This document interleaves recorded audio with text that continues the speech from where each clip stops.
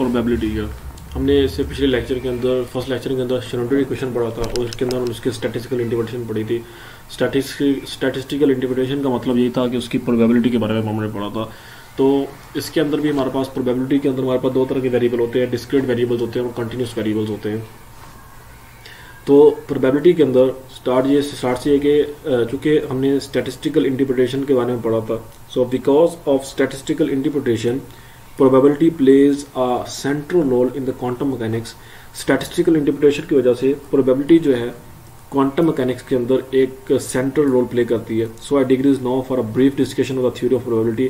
तो हम जब थ्योरी ऑफ प्रोबेबिलिटी के अंदर थोड़ी उसके लिए थोड़ा ब्रीफ डिस्कशन करेंगे। It is mainly a question of introducing some notation and terminology and I shall do it to concept the simple example.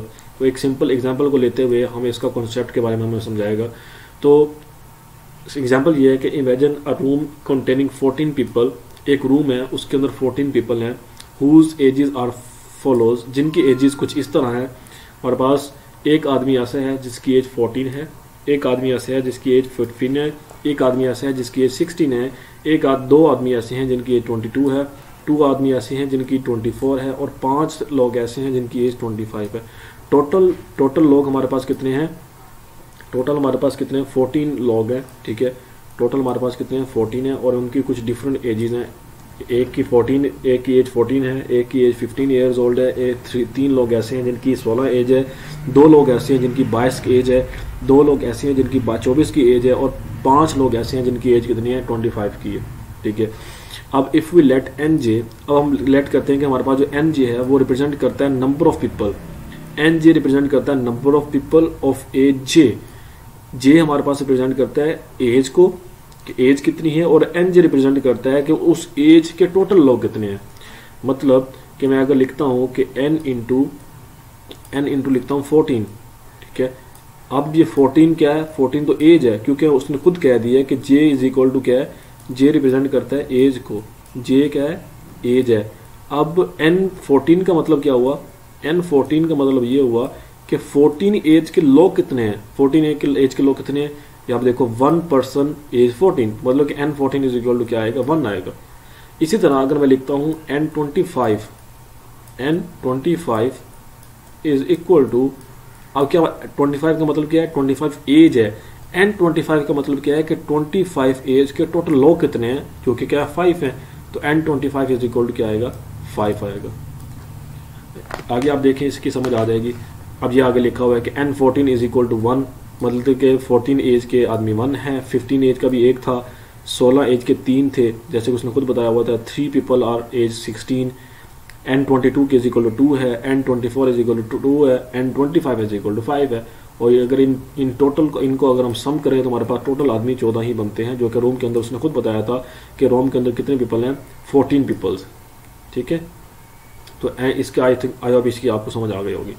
Then अब हमारे पास वो तो हमने देख लिया था कि एन, ये हमारे पास था कि एन जे और जे था, ठीक है। एन जे मतलब कि उस एज के आदमी कितने। अब अगर हमने फाइंड करना है कि रूम के अंदर टोटल नंबर ऑफ पीपल कितने हैं, एन की वैल्यू क्या है? एन हमारे पास क्या है? Total number of peoples. N J हमारे पास ये था कि उस स्पेसिफिक एज के आदमी कितने हैं, और एन ये इसका मतलब है कि हमारे पास टोटल पीपल कितने हैं। उसका फॉर्मूला क्या होगा? समिशन एन जे, मतलब कि जितने भी एन जे होंगे, हर एज के जितने भी पीपल होंगे उन सबको सम करेंगे तो हमारे पास एन की वैल्यू आ जाएगी। जैसे कि मैंने इनको सम किया, N 14 plus N 15 plus N 16 plus N 22 plus N 24 plus N 25, इन सब को अगर हम सम करेंगे तो ये जो वैल्यू आएगी 14, ये एन है। तो मतलब कि एन इज इक्वल हमारे पास क्या है? 14 है। एंड में उसने बताया भी हुआ है कि of course N is equal to क्या है? 14 है। हमें पता है कि एन इज इक्वल टू क्या? 14 है। तो हमारे पास टोटल अगर पीपल फाइंड करने का फॉर्मूला ये है कि N is equal to summation infinity J is equal to 0 N J. अब क्वेश्चन नंबर 1 है कि if you selected 1 individual at random, अगर आप रूम के अंदर जितने भी आदमी हैं उनमें से किसी एक को रैंडमली सिलेक्ट करते हैं, तो जो एक आदमी ऐसा है जिसकी एज 15 है, उस आदमी के आने के चांस कितने होंगे? रूम के अंदर 14 पीपल हैं, उनमें से आप कोई एक बंदा सिलेक्ट करते हैं, तो जो एक ऐसा बंदा जिसकी 15 है उसके आने के चांस कितने होंगे? जो बंदा आपने सिलेक्ट किया है कि आपको कैसे कितने चांसेस होंगे जो आप बंदा सिलेक्ट कर रहे हैं वो 15 एज का ही होगा। तो ऑफ कोर्स टोटल जितने टोटल नंबर ऑफ पीपल होंगे उतने ही हमारे पास चांसेस होंगे। तो टोटल नंबर ऑफ पीपल हमारे पास कितने थे, 14 थे।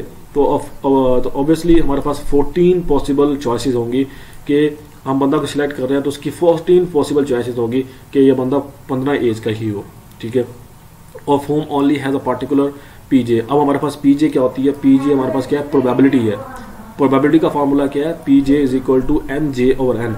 एन जे क्या था कि जे हमारे पास जे रिप्रेजेंट कर रहा था एज को, एन जे रिप्रेजेंट क्या कर रहा है कि उस स्पेसिफिक एज के टोटल आदमी कितने हैं, ठीक है। और एन क्या रिप्रेजेंट करता है, टोटल नंबर ऑफ पीपल। अब एन जे की जिक्र हो रहा है, तो मैं अगर बात करता हूँ N15 की, ठीक है, N15 की बात कर रहा हूँ, तो N15 is equal divided by N। अब N15 के कितने आदमी थे, टोटल 1 था, डिवाइडेड बाय N की वैल्यू कितना, टोटल नंबर ऑफ पीपल कितने थे, 14 थे। तो मेरे पास N15 मतलब कि मेरे पास N15 जो 15 एज का जो बंदा है, P15 की जो प्रोबेबिलिटी होगी वो 1/14 होगी। इसी तरह अगर मैं बात करता हूँ कि मैं फाइंड करना चाह रहा हूँ, प्रोबेबिलिटी फाइंड करना चाह रहा हूँ 25 वाले एज की, उसकी एज की जो प्रोबेबिलिटी कितनी होगी, तो P25 इज इक्वल टू हो जाएगा N25, ठीक है। N25 डिवाइड हो जाएगा N से। अब N25 मतलब कि हमारे पास जो 25 के एज के पीपल थे वो कितने आदमी थे टोटल, वो 5 थे। तो 5 को मैं डिवाइड कर दूंगा 14 के साथ, तो हमारे पास P25 की जो प्रोबेबिलिटी होगी वो 5/14 होगी। इधर वही उसने लिखा हुआ, then P14 is equal to 1/14, क्योंकि 14 का एक बंदा था तो 1/14, 15 का एक बंदा था तो 1/15, 1/14, और P16 के हमारे पास टोटल 3 बंदे तो 3/14 आ जाएगा, एंड सो ऑन, ये चलता रहेगा।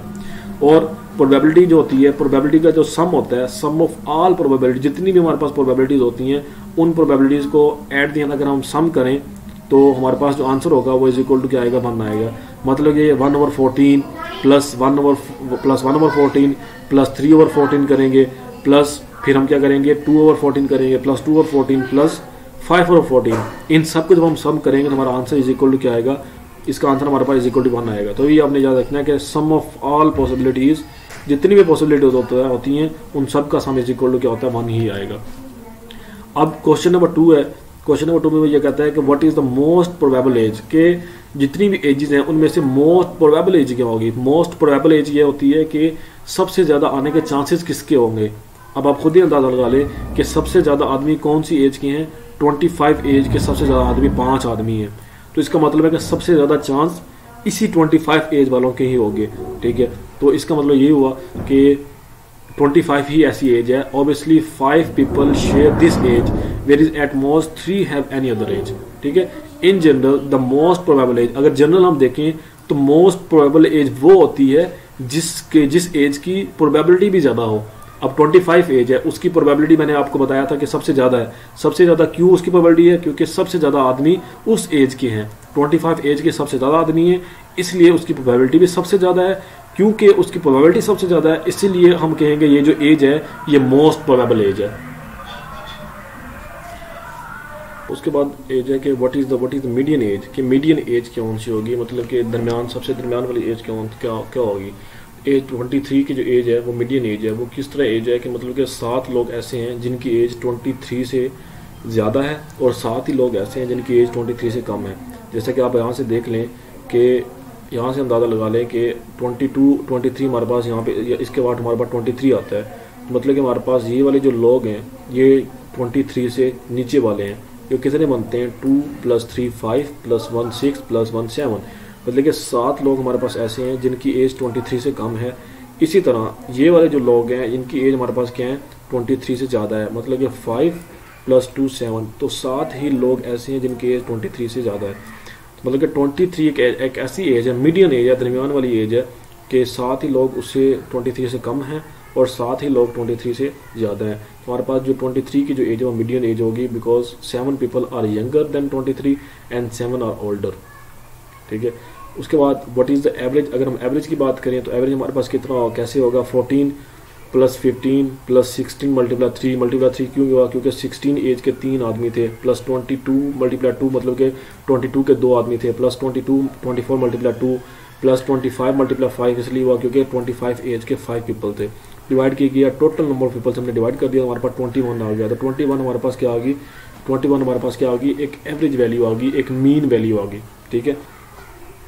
तो उसका फार्मूला ऑप्शन बता दिया कि हमारे पास एवरेज कैलकुलेट करने का हमारे पास फार्मूला क्या होता है, जे इंटू समीशन जे समीशन जे मल्टीप्लाई एन जे हमारे पास क्या होता है, जे होता है एज, जे होता है एज और एन जे होता है कि उस एज के कितने आदमी हैं। ठीक है, मतलब कि जैसे कि हमारे पास यहाँ पे जे ये हमारे पास 14 जो है, 14 हमारे पास क्या जे है और एन जे इज इक्वल क्या था 1 था, तो इधर 1 भी आना है, मल्टीप्लाई 1 करें कुछ नहीं आएगा, इधर भी 1 आएगा।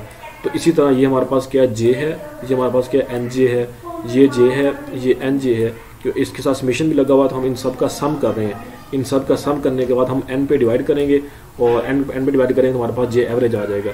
और हमने पीछे पढ़ा हुआ है कि N J divided by N is equal to क्या होता है, पी जे होता है। जैसे कि हम यहाँ पे पढ़ के आए हुए हैं कि P J is equal to क्या होता है, N J divided by N होता है। तो इसलिए इसकी जगह हमने क्या लिख दिया, जे इंटू पी जे लिख दिया। ठीक है, तो हमारे पास एवरेज का फार्मूला क्या हो गया, J average is equal to J into P J. मतलब कि यहाँ पे अगर एवरेज है तो सेम वही फंक्शन वहाँ पे होगा, सिर्फ उसकी यहाँ पे एवरेज नहीं डालेंगे। आगे क्वेश्चन नंबर 5 है कि what is the average of the square of the values, कि अगर what is the average of the square of the ages, बल्कि हमारे पास एज है उसकी स्केयर का एवरेज क्या होगा। ठीक है, हमारे पास 14 का स्केयर 196 आएगा, फिर उसकी प्रोबेबिलिटी 1/14 होगी। 15 का स्केयर हमारे पास 225 होगी, उसकी प्रोबेबिलिटी 1/14 होगी। 16 का स्केयर 256 होगा, उसकी प्रोबेबिलिटी 3/14 होगी। ठीक है, तो फार्मूला हमारे पास सेम वही रहता है, सिर्फ हमारे पास यहाँ पे जे स्केयर आया, जे स्केयर का एवरेज आया तो हमने यहाँ पे क्या दिया, जे स्केयर लिख दिया। ठीक है, फार्मूला देखें ये सेम वही फार्मूला यहाँ पे यूज हो रहा है, सिर्फ वहाँ पे क्या था, जे स्केयर आया था, तो यहाँ पे भी जे स्केयर आ गया। सिर्फ अगर हम जनरल फॉर्म देखें, इन जनरल अगर हम देखेंगे average value of some function, हमारे पास कोई फंक्शन है, ये फंक्शन है एफ इंटू जे, उसकी एवरेज हमने फाइंड करनी है, तो इज इक्वल टू जाएगा समेशन एफ जे आ जाएगा, पी जे आ जाएगा, तो हम उसका फंक्शन फाइंड कर लेंगे। और एक चीज़ हमेशा याद रखनी है कि जे है ना, जे का स्केयर, अगर हम जे का स्केयर लें फिर उसकी जो एवरेज लें, उसका जो आंसर आएगा वो does not is equal to आएगा जे उसकी एवरेज का स्केयर। मतलब कि पहले जे स्केयर एवरेज और जे एवरेज का स्केयर इज इक्वल टू कभी भी जीरो नहीं आएगा, उन दोनों की आपस में हमेशा डिफरेंट वैल्यूज आएंगी। उसके बाद हमारे पास एक डेल्टा जे है, डेल्टा जे मतलब कि change in age, change in age किसके इक्वल होगा, वो J into minus J average के। Delta J is equal to किसके होगा, minus J minus J, delta J is equal to J minus, delta J is equal to J minus average of J के equal होता है। ठीक है, तो ये हमने देखा डेल्टा जे किसके इक्वल होता है। अगर हम डेल्टा जे की एवरेज लें तो डेल्टा जे की एवरेज किसके इक्वल होगी, समेशन इंटू यहाँ पे भी हमारे पास डेल्टा जे आ जाएगा। ठीक है, डेल्टा जे इंटू पी जे। फार्मूला देखें सेम वही यूज हो रहा है, जैसा कि हमारे पास यहाँ पे जे स्केयर था, जे स्केयर की एवरेज हम ले रहे थे तो हमारे पास जे स्केयर आया, पी जे आया। अगर हम यहाँ पे डेल्टा जे की एवरेज फाइंड कर रहे हैं तो हमारे पास समीशन आएगा, यहाँ पे डेल्टा जे आएगा, पी जे आएगा। डेल्टा जे किसके इक्वल था, जे माइनस जे एवरेज के, तो यहाँ पे मैंने जे माइनस जे एवरेज लिखा, पी जे लिख दिया, इनटू अब ये पी जे जो है, पी जे इस जे के साथ भी मल्टीप्लाई होगा और इस जे एवरेज के साथ भी मल्टीप्लाई होगा, तो उन दोनों को अलग अलग करके लिख दिया। अब आप देखें जे इंटू पी जे किसके इक्वल था, जे एवरेज का फार्मूला अगर आप देखें, जे एवरेज का फार्मूला ये जे एवरेज किसके इक्वल था, जे एवरेज इक्वल होगा जे पी जे। तो जे पी जे, जे इंटू पी जे की जगह पे क्या आ जाएगा, इस सारे की जगह पे हमारे पास क्या आ जाएगा, जे एवरेज आ जाएगा।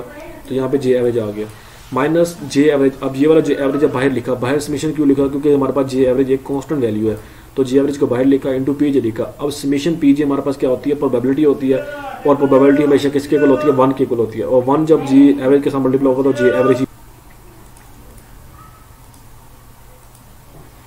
देन अब हम फाइंड कर, पीछे हमने फाइंड किया, यहाँ पे डेल्टा जे फाइंड किया, फिर हमने डेल्टा जे की एवरेज फाइंड कर ली। अब यहाँ पे हमारे पास आगे जाएगी, आगे नेक्स्ट चीज़ आ जाएगी हमारे पास वेरिएंस। वेरिएंस मतलब कि हमारे पास ये जो सिग्मा स्केयर है ये इज इक्वल टू आ जाएगा डेल्टा जे का स्केयर का एवरेज। ठीक है, तो यहाँ पे बताया गया है कि the quantity is known as the variance of the distribution, इसको हम वेरिएंस ऑफ द डिस्ट्रीब्यूशन कहते हैं, itself the average of the square of the average of the square of the deviation. मतलब कि हमारे पास ये डेविएशन है इसका स्केयर लेंगे, फिर उसकी जो एवरेज लेंगे उसको हम कहेंगे वो कि हमारे पास क्या स्टैंडर्ड डेविएशन है। ठीक है, the latter is the customary measure of the spread out J average, therefore it is useful little theorem involving the standard deviation. मतलब हमारे पास sigma square is equal to, sigma square हमारे पास is equal to है delta J का square और फिर उसकी एवरेज। अब ये डेल्टा जे का स्केयर है उसकी एवरेज है, तो अगर हमने इसके अगर हम फाइंड कर रहे हैं, क्या करते हैं, तो इसके लिए अगर हम इसी जगह पे हम वो वाला फार्मूला अप्लाई करें, ये एवरेज वाला, मतलब कि हमारे पास ये अगर हम इसकी एवरेज ले रहे थे, जे स्क्वायर की एवरेज ले रहे थे, इसका फॉर्मूला हमारे पास summation J square P J आता था। इसी तरह अगर हम डेल्टा जे स्क्वायर की एवरेज फाइंड कर रहे हैं तो डेल्टा जे स्क्वायर की एवरेज क्या आएगी हमारे पास, डेल्टा जे का स्क्वायर इंटू पी जे। अब डेल्टा जे हमारे पास किसके इक्वल होता है, जे माइनस जे एवरेज के, तो जे माइनस जे एवरेज होल का स्क्वायर आ गया, पी जे आ गया। फिर जब हमने होल का स्क्वायर ओपन करेंगे तो होल का स्क्वायर ओपन करेंगे जे स्क्वायर आ जाएगा, फिर जे एवरेज का स्क्वायर माइनस 2j इंटू जे एवरेज, और ये पी जे वही वैसे का वैसे नीचे आ जाएगा। अब ये पी जे सब के साथ अलग अलग मल्टीप्लाई होगा, पी जे जे स्क्वायर के साथ आएगा, फिर पी जे फिर जो आएगा इस के साथ आएगा, इसके साथ अब देखें ये वाला जे जो होगा इसके अंदर लिखा हुआ है, और ये जो जे एवरेज है ये बाहर लिखा हुआ है, बाहर इसलिए लिखा हुआ है क्योंकि ये कांस्टेंट वैल्यू है। इसी तरह फिर ये पी जे जो है इस जे एवरेज के स्क्वायर के साथ भी आया हुआ है, और जे एवरेज का स्क्वायर इंटू पी जे। नेक्स्ट स्टेप में हमारे पास क्या हुआ है कि अब ये जो जे स्क्वायर इंटू पी जे, ये आप पहले पढ़ चुके हैं, ये किसके इक्वल है, ये देखें ये जे एवरेज का स्क्वायर इज इक्वल टू इसके इक्वल है, मतलब ये सारी वैल्यू किसके इक्वल है, जे स्क्वायर एवरेज के इक्वल है। तो यही वैल्यू हमारे पास यहाँ पे आ रही है, ये देखिए ये यहाँ पे हमारे पास यही वैल्यू आ रही है। तो ये हमारे पास जे एवरेज स्क्वायर के इक्वल है, माइनस 2j, ये हमारे पास जे पी जे इंटू किसके इक्वल होगा, जे एवरेज के इक्वल आएगा। ये 2j एवरेज पहले वाला और ये जे एवरेज इसके इक्वल आया, ठीक है। उसके बाद सिमिलरली ले लिया हमारे पास ये क्या चीज़ है, ये प्रोबेबिलिटी है, probability sum of all probability is equal to 1 होता है, तो 1 इंटू जे स्क्वायर ये आ जाएगा। तो ये हमारे पास किसके लो आ जाएगा, sigma square is equal to J square average minus J average का स्क्वायर आ जाएगा, ठीक है।